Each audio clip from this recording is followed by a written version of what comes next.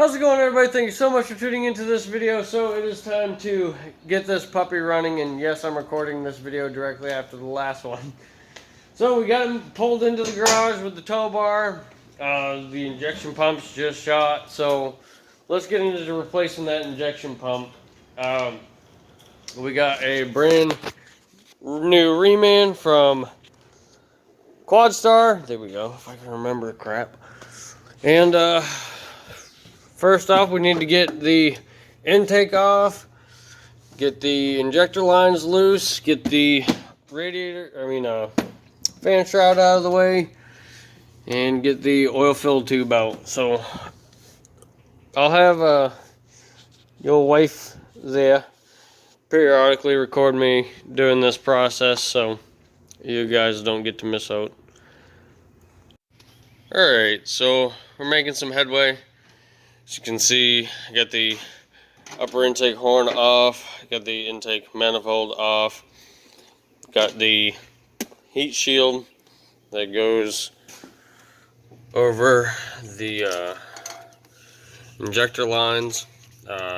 Typically I just loosen those injector lines up just so they're a little bit easier to move out of the way of the injection pump in order to get them out.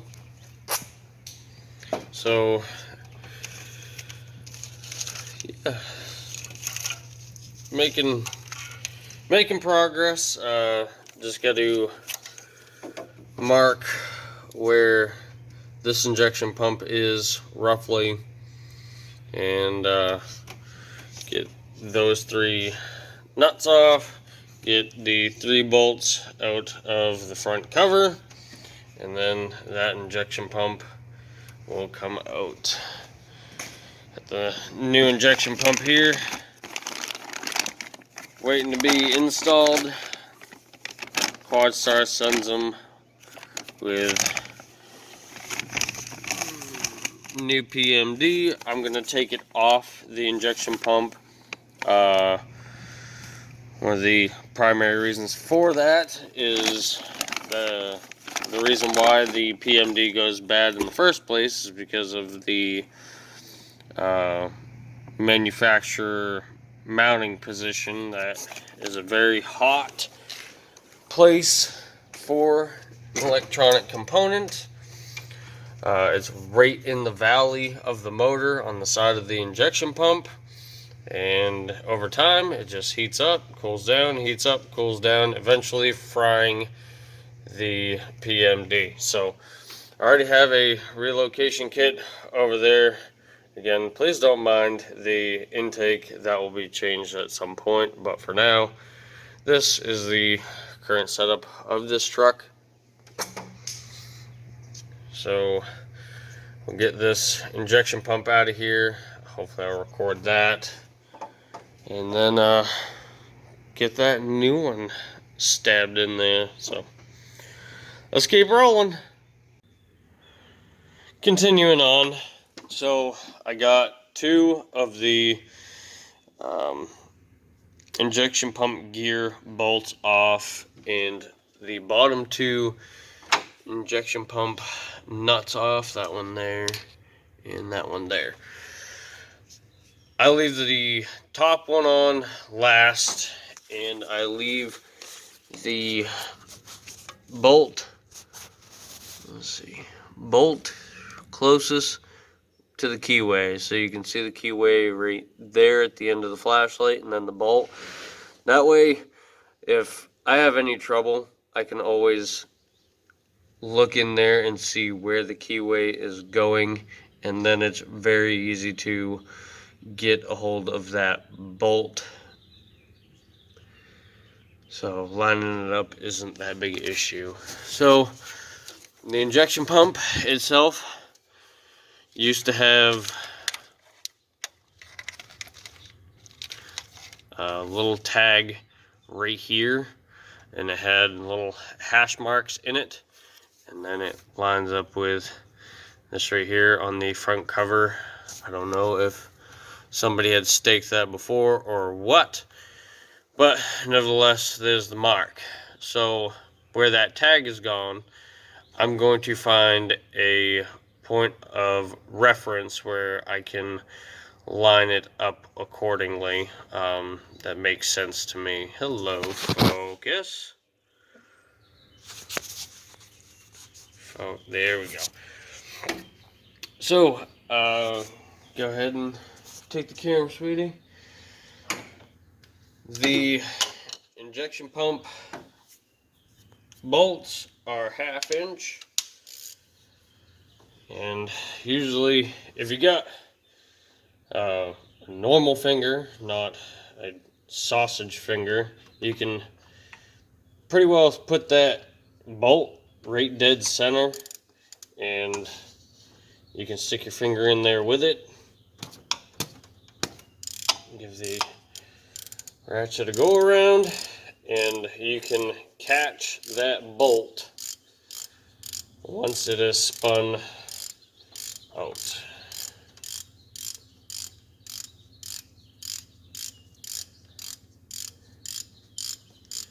Try to leave your socket in there as much as possible. That way it sucks into the socket. I've seen a bunch of people use the paper towel center method, or the toilet paper center method. Or use a piece of cardboard for the toilet paper roll and set it in there. I've used that before, but I've for the most part, I've just stuck my finger in there and grab the bolt like that, and you don't have any issue. And that's just catching the washer on that bolt. Taking the nuts off of the injection pump, your ratcheting wrench is going to be your best friend, especially for the passenger side bottom one. Go ahead and just give it a few whacks. If you drop these nuts in the valley, there isn't that big an issue when you're taking it out. Just be sure to grab them before you stab the new injection pump in.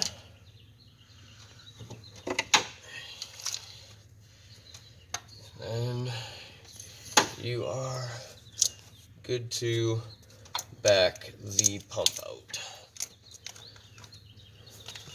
Just like that. And then you can just rip it up out of there. But yeah, let's get to stabbing that new one in, and I'll show you guys about the lining up that keyway real quick. Okay, I have the old injection pump out, sitting here next to the new one, and I kind of want to go over a few things. I understand that there are some people who are a little confused out there about, which pump does my truck have? How can you tell the difference? And it's super simple. The two pumps that GM used on the 6.5s were the DB2 and DS4 injection pumps. These are both examples of an old and a new DS4 injection pump. Of course, this one is remanufactured, so that's why I call it new. But the 94 and newer trucks came with a DS4 injection pump. 94 and 95, of course, had OBD1 connection. And then 93 and older trucks came with a DB2 injection pump. And how can you tell?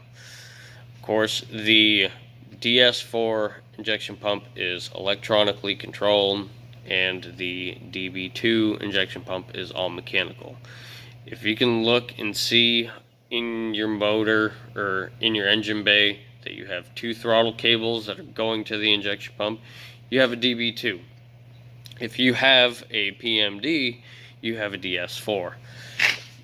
So let's go over a little bit on the anatomy of these things, just in case if anybody's looking for parts and you don't know what the sensor's called. This will just go over that. I'm not going to get too big into detail.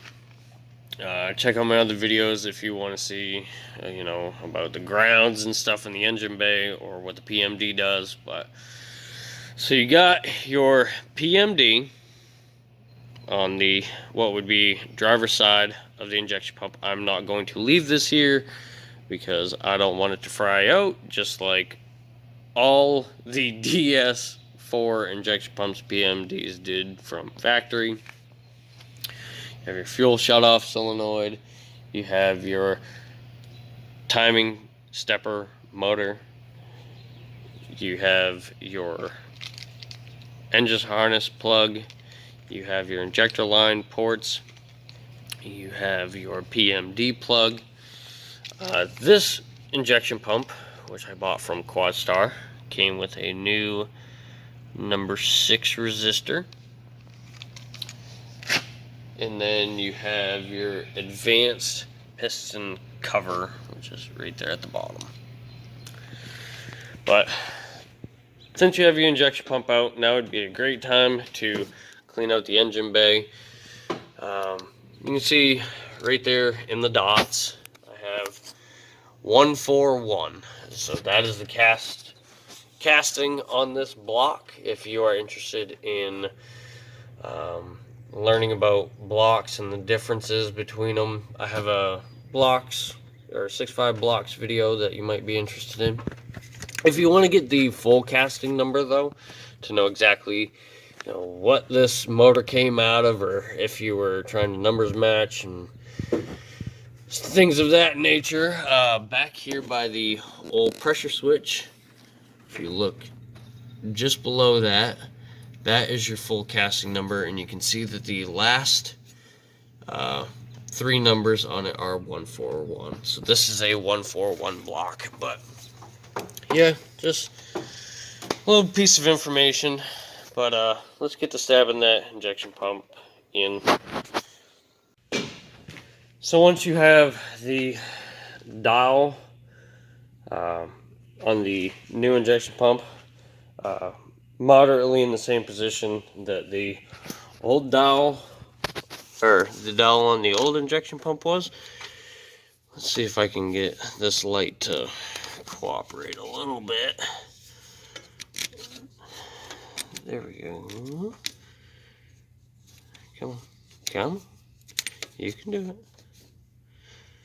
Okay. That's as good as it's going to get, I guess.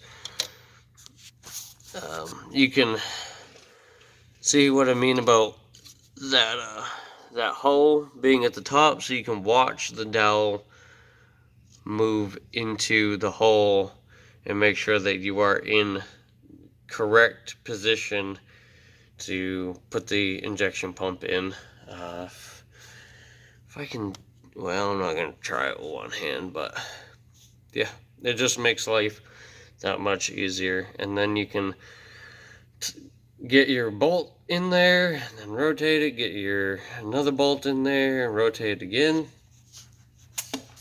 and yeah, just keep plugging away at it. Alright guys, so we're getting hungry. I think this is a good place to stop. But got the injection pump in, covered up the intake holes and the EGR holes. This intake is a non-EGR intake. Does not have the EGR cone in the middle, and it does not have the raised EGR ports that would allow the heads to get EGR gases into the intake. So that's a plus. But injection pump is in. Eventually I'll get the Quadstar harness for the injection pump, just because some of the clips are broke. But no big deal for right now. We're just looking to get it running, and once we get it running, I got to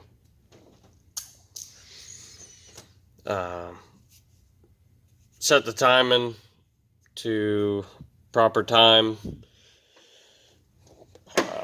Until then, I will pick this up the rest of the way tomorrow. I would say for anybody doing this for the first time, The injection lines are going to be the biggest pain in the butt, aside from the heat shield that kind of separates the turbo from the return lines. Can be a little bit of a pain, but totally doable. But yeah, we'll pick this up tomorrow. Alright, so it is the afternoon of the next day, and I didn't get a chance to record everything, button everything back up, but it's super straightforward. Of course, if you take it apart, you should be able to put it back together, no problem. Just miscellaneous 10 millimeters and 15 millimeter bolts, and new gaskets, everything like that. Just button it back together, and then I don't have the injection pump adjustment tool. We're just gonna start it up, make sure it runs with the new injection pump in. Make sure, I also forgot, make sure with the bolts on the timing gear, use some Loctite on those. You don't want them back and back out and dropping into the timing case, and just that's a bad day. I mean, there's no way around it at that point. But yeah, just make sure everything's nice and tight, put back together. And on these 95 and 94, 95 DS4 injection pumps, there's no lift pump actuation until you are turning the key to crank it. So unlike the 96, 7, 8, and 2000, all the way up to 2000 trucks, whenever you turn the key onto to start, you can hear the lift pump. So there's a mod to do to these 94, 95 trucks in order to make the lift pump work like on the later models, and I will be making a video on that for you guys who have the 94, 95 trucks that have hard starts. It seems like the fuel's just bleeding back, stuff like that. But I'm going to take my power probe and prime the system because the injection pump is out of fuel, and then we will get the first start with the new injection pump. So this is what we got going on right now. I got a booster cart that only works if it sees anything above 10 volts. The batteries were dead and they wouldn't boost it off. So we have Rose doing some work here. So we got the fuel pretty well primed. Still a couple air pockets in there, but we'll go ahead and give her a crank.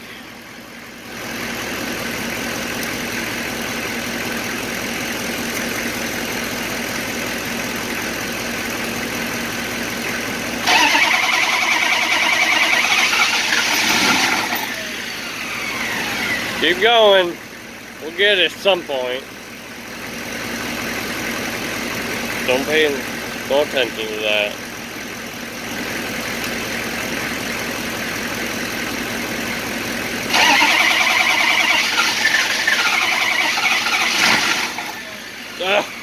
You poor bastard.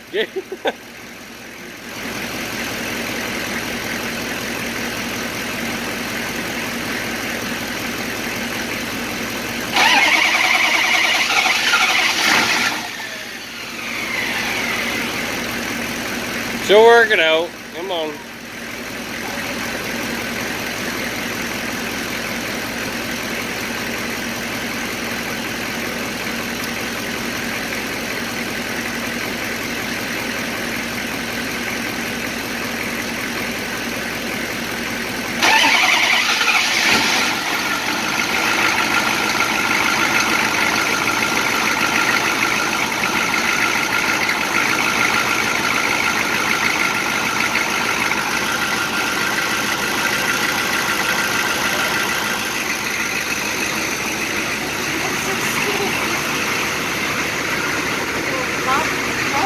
Get up there.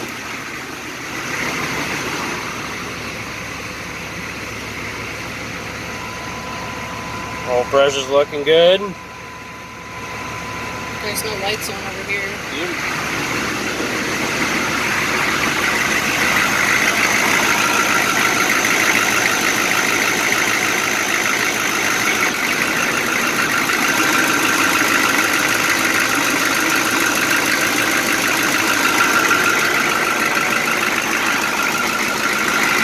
Keep her on life support here for a little bit.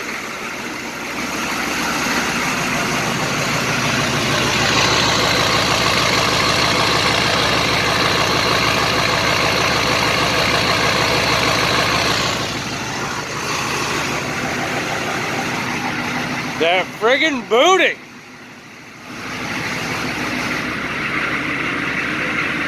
What you think, beautiful? Are you excited?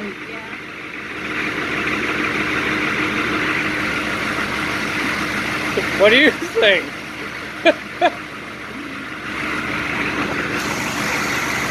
Well, that's the first start with the injection pump. I can tell that the time is just a little bit off. Gotta wait for my connector for the OBD1 to come in.